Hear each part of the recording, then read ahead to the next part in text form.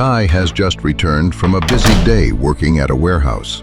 Kai wasn't a crypto whale or a tech CEO.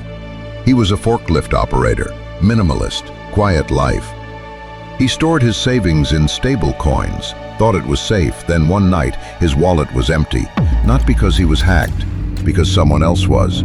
The protocol he trusted had been used to launder stolen funds, so the authorities blacklisted it, froze everything. To the chain, he looked guilty. To the real world, he was invisible. Kai became a ghost of a system that promised transparency, and he wasn't the only one. Thousands were locked out. No warnings, no support, just silence. Bybit was the scream. Largest crypto heist on record. Well, about 2 hours ago, Bybit experienced a hack. North Korean hackers have successfully laundered $300 million. Hackers from North Korea's Lazarus Group. It's a real-world mega crypto heist. They have pulled off the largest cryptocurrency theft.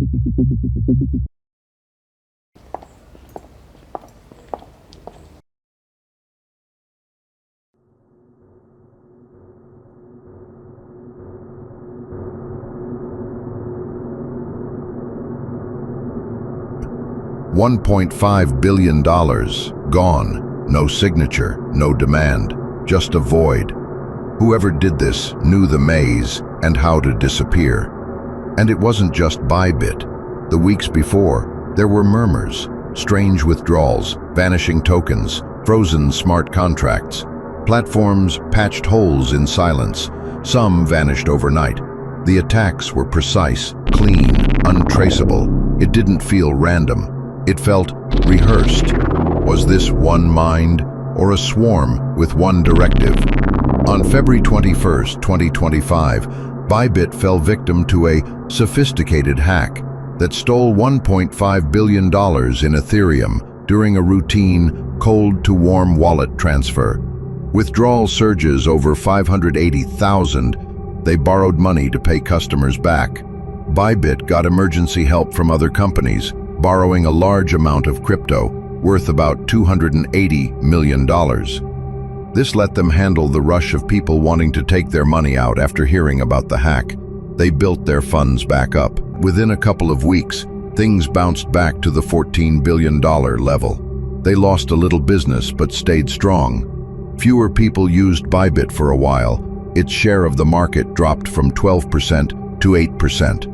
But they had enough money flowing in and out again, liquidity, so trading continued smoothly.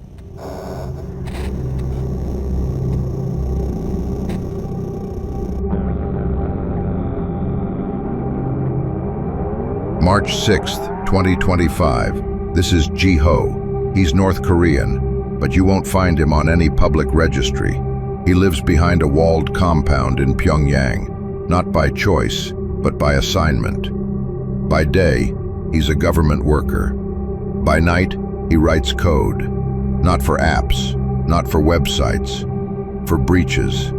He's one of the regime's best, trained, monitored, and closely watched. A digital soldier in a quiet war. He doesn't need to leave the building. The malware leaves for him. Every cent he earns is for the state, but his name, just a ghost on the chain. Right now, he's worth $1.5 billion. In Bitcoin, the 2025 Bybit $1.5 billion hack was executed through a combination of social engineering, smart contract exploitation, and compromised signing endpoints. Here's a clear breakdown of how it unfolded, based on forensic reports. Bybit stores large amounts of cryptocurrency in super secure vault wallets. To move money from these vaults, several key staff members must approve it, like needing multiple managers to unlock a safe. The hackers sent what looked like a routine update request to the manager's computers. The managers approved it, not realizing that hidden inside that update was a command giving the hackers full control of the vault. At least 2 managers' computers were already infected with malware. This malware changed what was shown on their screens, hiding the real purpose of the transaction. It's similar to signing a contract, but not realizing the fine print had been secretly changed. Once the fake update was approved, the hackers used it to transfer $1.5 billion worth of cryptocurrency from Bybit's vault to their own accounts. After stealing the money, they split it up into thousands of smaller amounts. To obscure the stolen funds, the hackers funneled part of it through meme coins on Solana, like one pump launched via pump.fun and Qin Shi Wang, blending dirty funds with legitimate trader activity. They used crypto tools that make it harder to track, sending it across different blockchains and accounts so no one could easily follow the trail. It wasn't about breaking crypto technology. It was about fooling people and exploiting weak computer security on the staff's devices. The system relied too much on trusting what appeared on a computer screen without double-checking if it was real. The FBI and cybersecurity experts figured out that the Bybit hack wasn't done by random criminals. It was done by a group linked to North Korea called the Lazarus Group, sometimes called Trader. These hackers didn't just guess passwords. Instead, they used fake apps that looked like normal crypto tools, but secretly installed viruses on people's computers. By infecting devices this way, they were able to sneak into Bybit's systems and pull off the theft. This is part of a larger pattern. North Korea uses hacking as a way to bring in money for its government, especially to get around international sanctions. How they cleaned the stolen money. After stealing the $1.5 billion, the hackers didn't leave it sitting in one place. They had to make it harder for people to trace. Over 10 days, they quickly moved and swapped the stolen money through dozens of trading platforms, similar to how a thief might move stolen cash through multiple bank accounts and currency exchanges to confuse investigators. Specifically, about $1.39 billion worth was moved through a service called Thorchain in what became the biggest money laundering operation in crypto history. At one point, during just 60 hours, about 2.5 days, they were swapping and moving the money non-stop, 2 to 3 swaps every minute. This made it even harder for anyone to figure out where the stolen funds were going. The launderers have gone through a process of splitting the stolen funds up, passing them through hundreds of different wallets, and they're now converting them from Ether on the Ethereum blockchain to Bitcoin on the Bitcoin blockchain. And we think that they're doing that in order to now what's known as mix the funds. Even the offline safe wasn't safe. Bybit kept most of its customers' money in a kind of digital vault that wasn't supposed to be connected to the internet, called a cold wallet. Normally, that kind of storage is thought to be super secure, almost like keeping gold bars in a bank's locked basement. But here's where it gets scary. The attacker managed to install some malware on the victims' systems. That allowed them to mislead Bybit into signing a transaction, an Ether transaction they didn't mean to. The hackers didn't crack into the vault directly. Instead, they tricked the staff who had the digital keys to open it.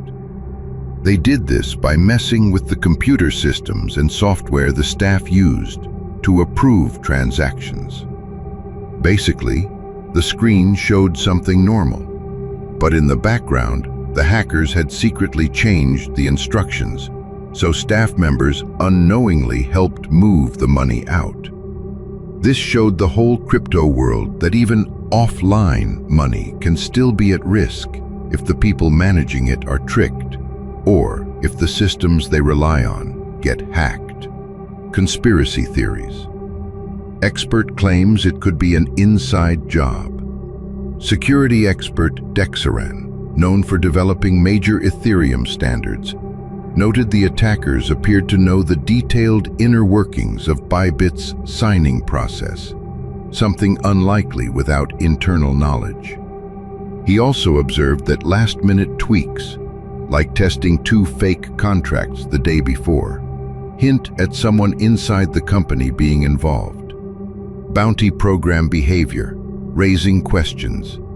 Bybit received over 5,400 bounty claims, but only 70 were valid. A user on X questioned whether this low success rate suggests some bounty hunters already knew where the money was, possibly insiders. On Reddit, users commented on how unusual relying solely on interface signing was, suspecting that internal staff might have been complicit or negligent. Comments speculated that it seemed like someone inside Bybit climbed the ranks and helped push the malicious transactions.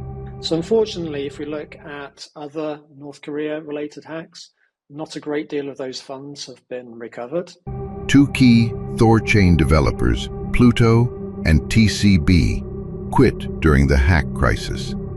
They tried to stop the hackers' money laundering, but were outvoted or overridden by others in the project. Their resignations revealed deep internal disagreements, leadership, governance, and ethics. These departures shook Thorchain's reputation and showed how difficult it is for decentralized platforms to manage major illegal activity on their networks. While there's no proof of insider involvement, the fact that these insiders were blocked from acting makes some people wonder if there's more happening behind the scenes, possibly insiders protecting the hackers or ignoring the problem. So we're seeing North Korea being helped by one rogue cryptocurrency exchange called EXCH, Excha. Nearly half the funds have been laundered through this service.